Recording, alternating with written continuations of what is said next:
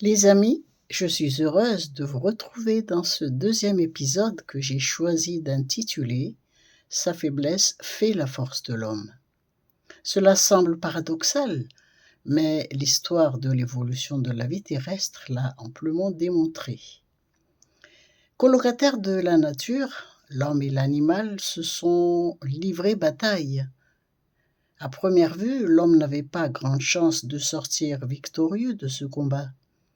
La loi de la jungle fait que les plus forts dévorent les plus petits. Devant ses adversaires souvent plus gros que lui, plus rapides aussi, et surtout armés de griffes, de crocs redoutables, capables de le déchiqueter en un rien de temps, la chance de survie de l'homme est bien mince. Mais le fait est là, la race humaine ne s'est pas éteinte, loin de là. Le mode de vie humain a aussi largement évolué. Si les animaux vivent toujours comme leurs ancêtres, entre guillemets, à quatre pattes le plus souvent, cherchant au jour le jour de quoi se nourrir, l'homme, lui, a bien amélioré ses conditions de vie. Il vit non plus dans des grottes, mais dans des bâtiments de plus en plus grands, de plus en plus hauts. Il n'a plus besoin de courir chaque fois pour se trouver à s'alimenter. Son congélateur, son frigidaire regorge de victuailles. D'ailleurs, il n'a plus besoin d'user de ses jambes pour se déplacer. La voiture, le bateau, l'avion, fruit de ses inventions, le transportent rapidement là où il veut se rendre. Il côtoie même les étoiles dans ses vaisseaux spatiaux. Comment cela s'est-il produit? Tout simplement parce que l'homme, poussé par l'instinct de survie devant ses adversaires et guidé par le besoin d'améliorer ses conditions de vie, a mobilisé une force latente qui sommeillait en lui. C'est son intelligence. Sa faiblesse apparente a été à l'origine de l'éveil de cette force qui lui a permis de se dépasser, de réaliser par exemple tous les progrès scientifiques et technologiques. Bref, sa faiblesse a fait sa force. Ce phénomène se vérifie encore à nos jours. Par exemple, dans le cas de personnes présentant un handicap par rapport aux autres. Souvent, ils en sont meurtris et les autres parfois les dédaignent. Mais sa cécité, par exemple, n'a pas empêché Ray Charles de devenir un des plus grands musiciens du monde. Et que dire de Nick Vujicic? Il n'a ni bras, ni jambes.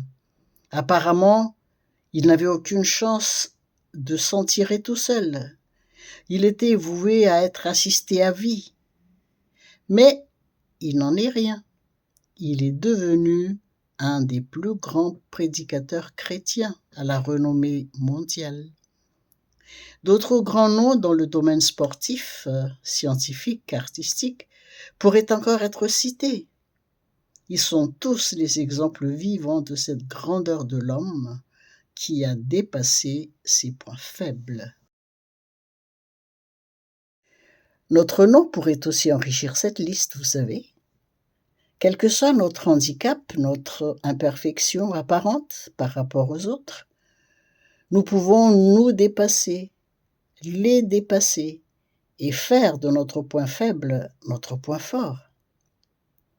L'homme a toujours été un être insatisfait, et c'est ce qui a été à l'origine de sa force. Ce qu'il faut éviter, c'est de se laisser abattre, de déprimer devant notre différence avec les autres. Il ne sert à rien non plus de chercher à camoufler cette différence. Assumons-la et faisons de notre spécificité notre point fort. Dans le domaine de la mode féminine, on l'a compris.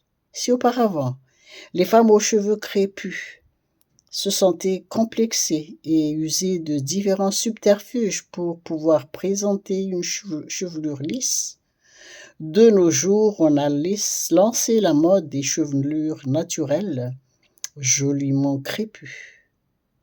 On a seulement recours à une coupe, à des soins appropriés, pour arborer une coiffure ravissante, qui a d'ailleurs fini par être enviée par les femmes aux cheveux lisses. Et oui, à leur tour, celles-ci usent d'artifice pour pouvoir arborer une chevelure moutonneuse tout à fait ravissante. Bref, il ne sert à rien de déprimer, ni de chercher à copier les autres. Nous avons été créés et non clonés. Chacun constitue un modèle unique. Tu es un modèle unique. Ce qu'il faut, c'est identifier notre touche personnelle, la mettre en valeur, bref, la sublimer. C'est le slogan adopté à notre époque de personnalisation. Si ce contenu vous a plu, n'oubliez pas de liker et de vous abonner.